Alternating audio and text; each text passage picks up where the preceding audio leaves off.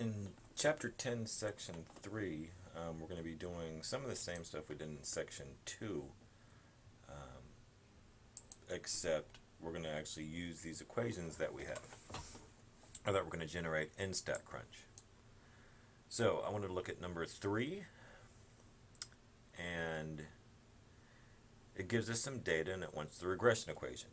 So the data show the time intervals after an eruption of a certain geyser. Find the regression equation letting the first variable be the independent. So here's my independent and this is my dependent.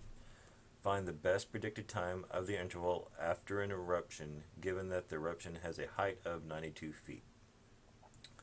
So my first variable will be the independent, my x.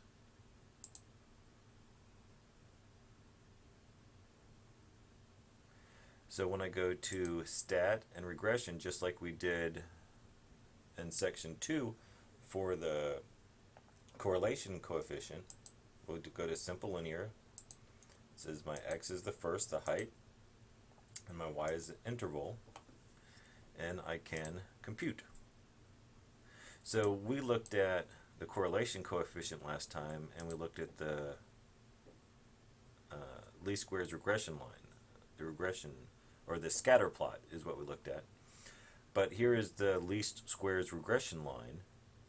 And what least squares means, in the book it talks about, it's just, if you look at the distance between the line and the points, this is the line that gives the least amount of these distances. And again, squared distances. So if I'm looking for the equation's right here. So the intervals after minutes, this is my y, equals my intercept, my slope, and my x value. So it's our y equals mx plus b. They put it in a little, they put the b first and then the m. But this is giving us our solution. So we're going to 2 decimal places. They even match it up. So they're doing the b value first. So 47.87.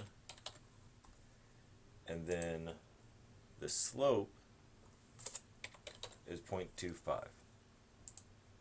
So yay, we have the answer. What is the best predicted value? So if you had a predict a value, given that the current eruption has a height of 92 feet, well, we would plug in 92, right? That's what we would do. We should always make sure that our R value, our correlation coefficient, is above that critical value. So at 0.05, and we have 8 samples, is 0.707, ours is 0.77, so we're above that. So we are good to do a prediction. And so what I'm going to do is I'm just going to plug 92 in for that value. I can do it with this. I think there's a way with the calculator I can do it real quick. Scrolling down, prediction of y. If I put in 92, it's going to give me a prediction here. The predicted y is 71.17. Let's verify this.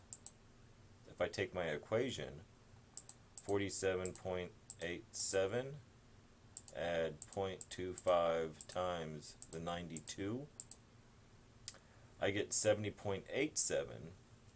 Using all of them, I get 71.17. So I'm curious if it'll take both values. Let's find out. So I'm going to use the one we got from StatCrunch first, 71.17. And it didn't take it. It wants the rounded version. So let's go up here and do 70.87, and it should take that as well. 47.87, 0.25, and our x was 92.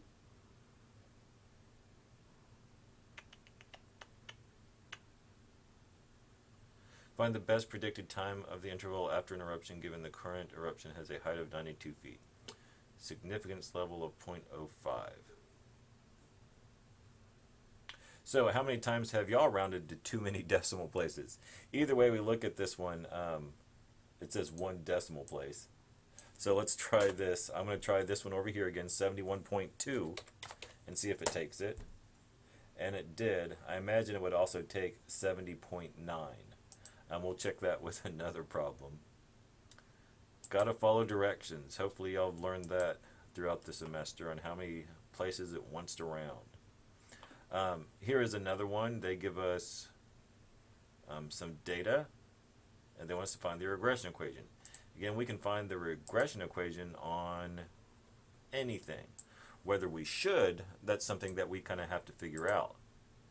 So again, we have 6 data points. We'll let the chirps be our x and our temperature be our y. Letting the first variable be the independent x or our chirps. And I'm going to hit compute. And here's my regression equation. So the x coefficient to 4 decimal places as needed. Round the constant to 2 decimal places as needed. Okay. So my constant, which is my first one, the b value, and then my m is the x coefficient, mx. So if I'm rounding this one to 2 decimal places, I get 33.98.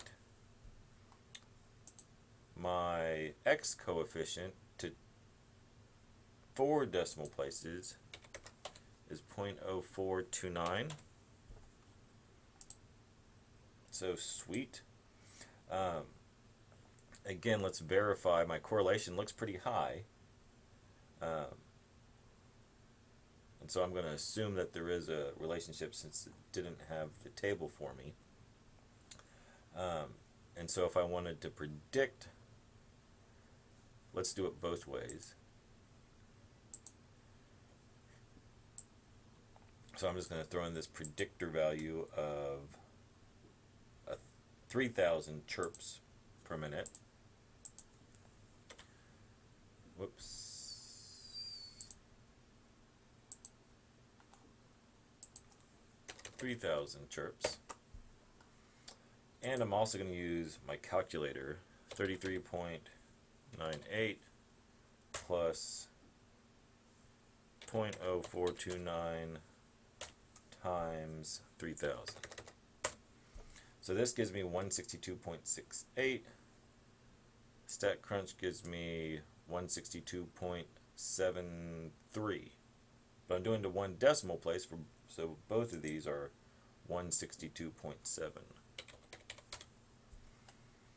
So that should be good. And what is wrong with this predicted value? So we got a predicted temperature of 162.7. Like 3,000 chirps. You know, that's what it came out.